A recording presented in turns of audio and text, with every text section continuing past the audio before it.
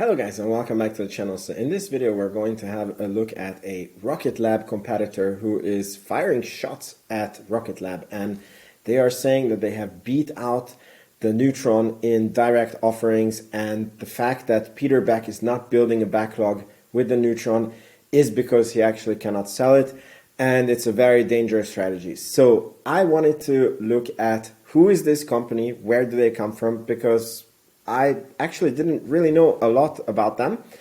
I want to compare them to Rocket Lab. I want to go over how much of a serious competitive threat they are to Rocket Lab. And this is going to be the video. So it's going to be a very interesting video. As always, please make sure you hit the subscribe button and let's go. So the whole idea for this video came actually from a tweet from Dave G from Dave G Investing. And by the way, if you don't follow him, he has a fantastic YouTube channel. I'm a member of his channel, and he has a Twitter also that you can follow. He posts a lot about Rocket Lab. And so he posted this shots fired it used to be Kemp versus Beck, and it's going to be Beck versus Ellis now. And then he linked to a very interesting article. And I want to go away. Let's start with the biggest zinger. Okay, so it says, in final refutation of Beck's comments, Ellis said to set the record straight that the company has actually gone head-to-head against Rocket Lab's Neutron for some of these contracts. We have a 100% win rate against the competitors that were in those deals, trying to win them against us. And I can go on record to say Rocket Lab was absolutely in some of these deals. So the statement that they're not trying to build a backlog is not true, because actually we won against them several times. Ooh, this sounds very, very scary. So company beating out Rocket Lab for Neutron contracts. So let's dig a little bit deeper. I've done quite some research. I want to show you some videos, and then I want to give you my thoughts. So the most important things: Relativity Space CEO Tim Ellis is hitting back against recent comments from fellow aerospace exec Peter Beck, who called launch contracts for unflown rockets basically worthless earlier this month. In sharp contrast, Ellis argued in an exclusive interview with TechCrunch that building a backlog is the only way to validate a product market fit. So what you need to understand is that these two CEOs come from a totally different place. So Peter Beck was also using backlog building as a strategy to get Rocket Lab off the ground. And he was also discounting the Electron launches. But he found that it destroys your business model. And basically, once the rocket is built, you can get much better contracts for a lot more money. And if you're sure that you're going to have customers, then don't even try to really build a backlog unless the customers are willing to pay full price, because you are just destroying future profitability. And you would also have this viewpoint if you have very little money to operate on. Whereas Relativity is actually a super well-funded space company. We're going to go into that later. I think they're showing signs of having too much money. As you know, some startups get too much money and then they start wasting that money. And I definitely see signs of that with Relativity. And the point is that if you don't have to worry about making money, of course you can discount yourself, because then your only purpose is to grow revenue, show proof of concept. It's, very 2021. And 0% interest rate environment, whereas Peter Beck has never had this luxury, and he's very precise and frugal with how he's spending his money, and he's very, very profit oriented. Okay, so important background. Deciding to not build a backlog is taking a business strategy that has failed pretty epically in history across other products, which is build it and they will come, without actually validating that your pricing and your product capabilities are something that solves the customer problem, such as they're willing to put up material cash up front, he said. So again, the point is that I'm sure that Peter Beck is not making a mistake where he just thinks build it and they will come. He said that they're in talks with very serious customers that they have a relationship with, and they are designing Neutron out of the the needs of these customers, right? But he knows that until the rocket is flying, he cannot get the well-priced contract. So yeah, it's not fully true what this guy's saying. So here we go. The 8-year-old Relativity has signed over 1.8 billion across 9 customer contracts for the Terran R rocket, which the company expects to start flying in 2026. So the 1.8 billion in customer backlog is very, very impressive. Rocket Lab, as for comparison, had 580 million backlog, which was divided on 2 departments. I believe it was 300 something million on space systems and only 200 million in rocket launches. So because this company is only a rocket launch, so launch services provider company, so their backlog is like 9 times the backlog that of Rocket Lab, and that is nuts. So that is a very impressive backlog. I don't know how they got that, but yeah, that is very, very impressive. It's a substantial backlog, especially when compared to competing launch companies like Back's Rocket Lab, which has yet to announce any pre-sales for its Neutron rocket. Back's comments about pre-sale contracts being worthless was in response to the analyst questions. Then he talks about that the Terran R has a payload of 23,500 kilograms, which is slightly higher than the Falcon 9, or basically the same as the Falcon 9, whereas the Neutron will only have 13,000 kilograms. And they're saying that this is a bad point. And I think that this is a financial genius from Peter Beck. I think you're stupid if you're going to compete head on with, the South African 500-pound gorilla that is in the room. Because if you are competing directly head on with Falcon 9, I think that you're going to get into a competition that you cannot win. Because no matter how you produce your rockets, what new technology that you apply, SpaceX has so much reusability that you will never be able to compete with them, okay? But if you build a slightly smaller rocket that is cheaper, you might be able to compete in a different way, because your total price will be still cheaper than the Falcon 9's total price, even though you're half the mass. But if somebody needs to launch satellites or a satellite that fits into that, so let's say that your Neutron is 55 million, 13,000 kilograms. The Falcon 9 is 63 million, but it can do 25,000 kilograms, right? Almost the double. But if your satellite is 13,000 kilograms, the 55 million is cheaper than the 63 million. You're saving 7 million. So you would choose the Neutron any day of the week. And this way, like Rocket Lab is able to produce a profitable,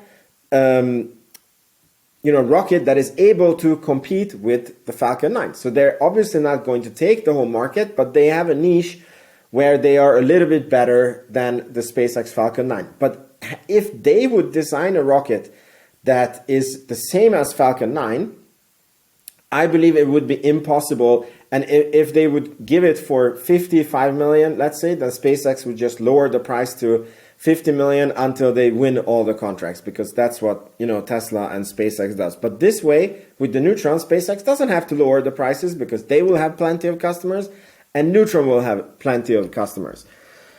So I just want to show you guys some videos about Relativity and what's special with them, so we understand this company better. So exhibit number 1. Hi, I'm Tim Ellis, CEO and co-founder of Relativity Space, and we are building the world's first robotically 3D printed rocket launch vehicle. You can probably recognize the biggest names in space by just using their last names: Bezos, Musk, Branson. But you might want to keep an eye on an up-and-comer, Ellis. In order to join Elon Musk's SpaceX in the race to Mars, Tim Ellis's Relativity Space is building the world's largest 3D printed rocket. And if that sounds crazy, just wait. Thanks for taking out some time. I really appreciate it. Yeah, of course. Excited to chat with you and share more about our story. You've got a wild story. Tim spent 5 years working at Blue Origin before leaving to start the first 3D printed rocket company with a $500,000 check from Mark Cuban. A few minutes after cold emailing Mark Cuban, we had a $500,000 commitment. But this isn't some hypothetical futuristic idea. Relativity Space currently has 2 launch pads, one at Cape Canaveral and another at Vandenberg Air Force Base. And at 31, this dude is just getting started. The 3 numbers to look out for in this story are 100,000. Okay, so that's their story in a nutshell. So you can see that right off the bat, they started from a completely different setting than Peter Beck. They basically, within a few minutes, got a $500,000 funding from Mark Cuban, the billionaire Mark Cuban from Shark Tank. And so they don't have money problems. And the guy comes from Blue Origin, which is a minus point for me because if you know a little bit about this company, they haven't really accomplished anything and they have a very weird strategy to conquer space. So it's not a plus point for me. Here's another video that is important. This is the Terran 1, the first rocket that's almost entirely 3D printed. It was built by Relativity Space, a startup that is developing a new, potentially revolutionary way to manufacture rockets using the biggest metal 3D printers ever made. When I started the company, I thought there was a 50-50 chance within 3 months we figured out 3D printing a rocket was just not going to be viable at all. Although Relativity has made impressive strides in the field of 3D printing, it's never launched a rocket into space, a notoriously difficult feat for any company, let alone one that uses an untested manufacturing method. Yet that lack of a track record hasn't diminished customers' interest. As the date of Relativity's first launch approaches, the company says the Terran 1 is one of the most pre-sold rockets in history before launch. Today's global commercial space industry is estimated to be worth over $300. I'm sorry, it might have been too fast. Let me just dial it back. So this was the first red flag that came here.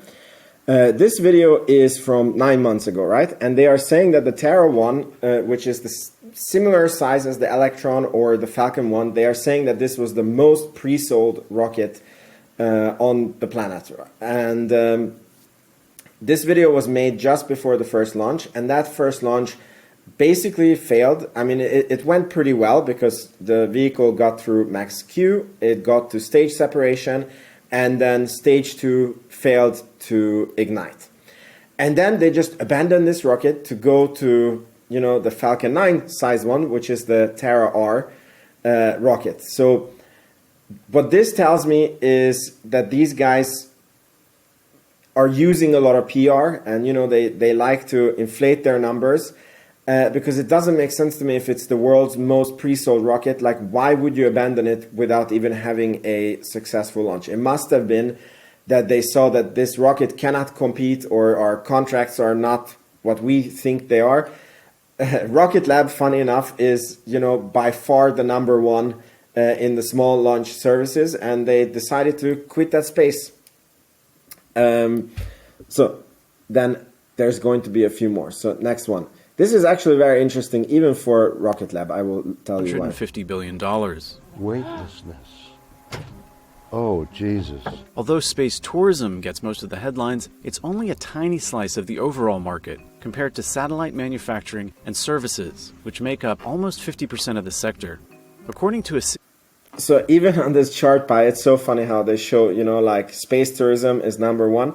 They didn't have the launch services, but you could see that the satellite services was the one that is a super growing part of basically the space industry.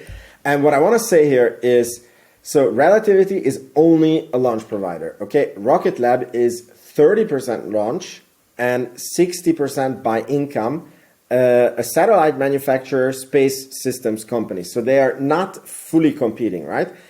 And just as a very interesting fact, this company, Relativity, without having launched anything, so they have not put anything into orbit, in 2021, they were valued at $4.2 billion, okay? Rocket Lab today, with having launched tens, or I think 40 Electron rockets, being very well on the way to start launching Neutron, having a whole space systems working division with, you know, lots of contract and actual manufacturing happening.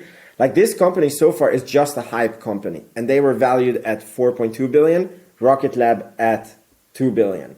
And again, it's not even really comparable, because let's say that the 2 billion on Rocket Lab, you say 60% is the space services. So what would that be?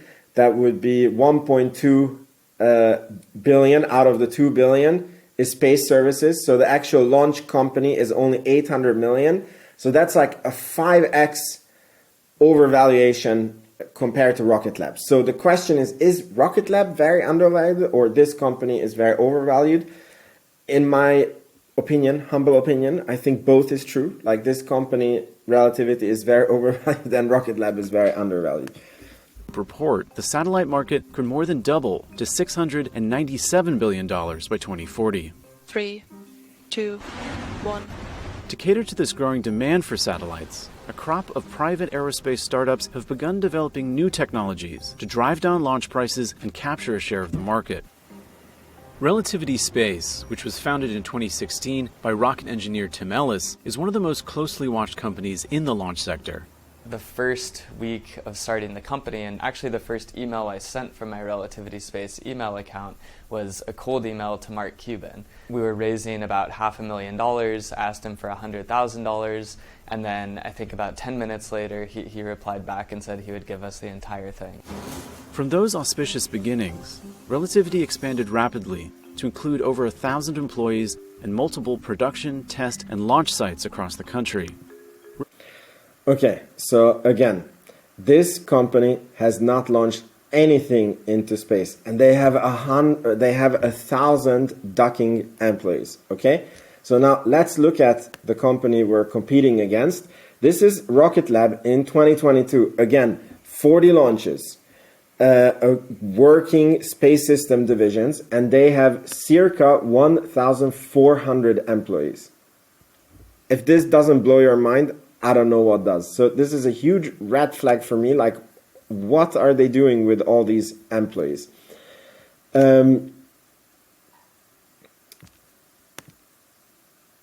So here is the cost that they think that the Terran R is expected to cost. It's 55 million, and they are trying to make it directly compete with the Falcon 9. And as I told you earlier, I think that this is a very, very bad idea. I think Rocket Lab has the correct strategy here. And the last exhibit that I wanted to show you is, this is an article from 2021 where June 8th, that's my birthday, okay? So they announced that they raised 650 million in new funding to support the Terran R, so that's their bigger rocket development. And this is straight after they have done a 500 million Series D round that you can see here. Here they say that the company's total value is they think it's at 4.2 billion. And the investors behind the company, Backlog, you can see all the names here. I'm just reading the ones: Tiger Global, Tribe Capital. There's very big names, Mark Cuban behind it. So it's a super well-funded company. And they have raised more money than Rocket Lab has ever done. Their market cap is bigger than Rocket Lab. And here's the second red flag. Relativity is targeting the first launch of Terran R in 2024. So that's next year. And this was already delayed to 2026.